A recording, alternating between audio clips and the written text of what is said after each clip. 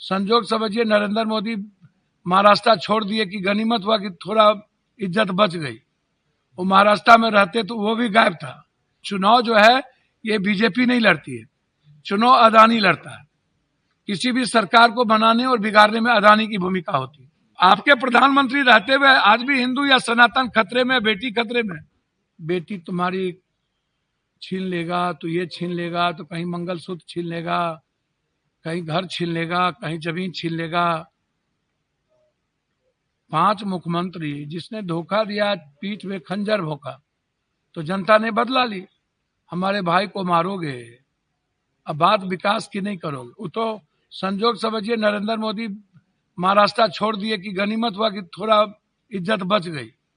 वो महाराष्ट्र में रहते तो वो भी गायब था। वो जिस डाल पर बैठते हैं, आप देखिए, यहाँ पर आप उठा करके देखिए, यहाँ जब भी आए नफरत की राजनीति की, और यहाँ पर विकास की राजनीति थी। हमारे भाई को 5 साल जिस तरीके से जानवर तस्कर गुंडई जो पूरा असम को के शेयर को अपने शेयरधारक बना लिया। अब वो कितना नफरत और गुंडई करते थे यहाँ, आप इसको समझिए। और किस तरीके से संथाल परगना में नफरत पैदा करने की कोशिश की गई, हिंदू मुसलमान करवाने का प्रयास किया गया। कॉरपोरेट एक यहाँ किस तरीके से, देखिए अब चुनाव जो है ये बीजेपी नहीं लड़ती है, चुनाव अदानी लड़ता है।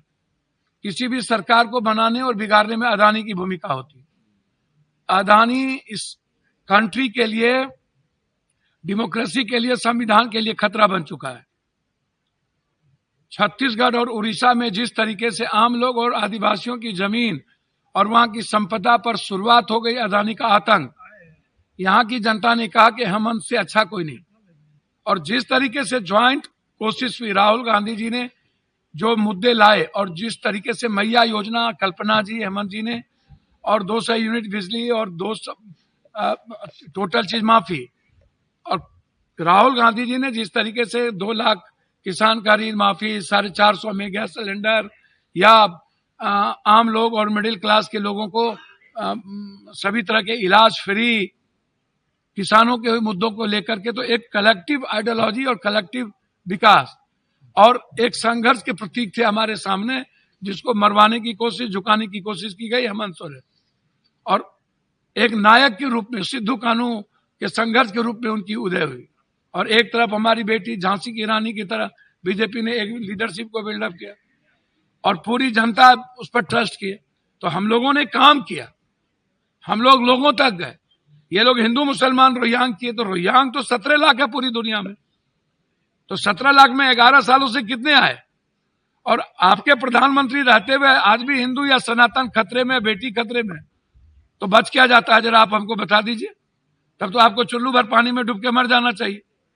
देवघर में आप लगातार कैंप कर रहे थे सर, यहाँ मोदी जी की भी सभा हुई और आप भी लगातार कैंप सर, नब्ज पहले ही टटोल लिया था। मैंने पहले ही कह दिया था, देवघर नहीं, दुमका से लेकर के पहले जमशेदपुर 5 दिन थे, फिर रांची थे, फिर भावनाथपुर, इस सब इलाके में हम लोग कैंप किए, फिर हम लोग मधुपुर, देवघर के इलाके में।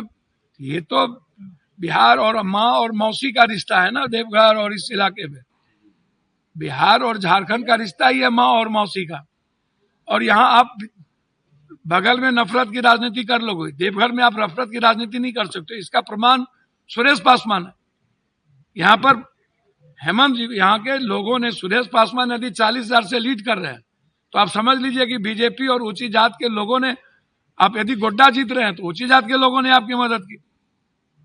आप इसको समझ लीजिए। यदि श्वेता सिंह जीत रही है, यदि अजय सावंत जीत रहा है, यदि सारठ हम जीत रहे हैं, तो आप जान लीजिए कि ये बिहार की राजनीति बिल्कुल डिफरेंट है। यहाँ कोई जात पात की राजनीति बहुत कम है, नफरत की राजनीति पैदा करने की कोशिश की गई, जिसको यहाँ के जनता ने सीधा विकास के साथ खड़े हुए और आदिवासी की संस्कृति, तहजीब, लोकतंत्र और संविधान की रक्षा के लिए, आदिवासी की राजनीति और जल जंगल जमीन को बचाने के लिए हेमंत सोरेन जी पर दोबारा विश्वास किया।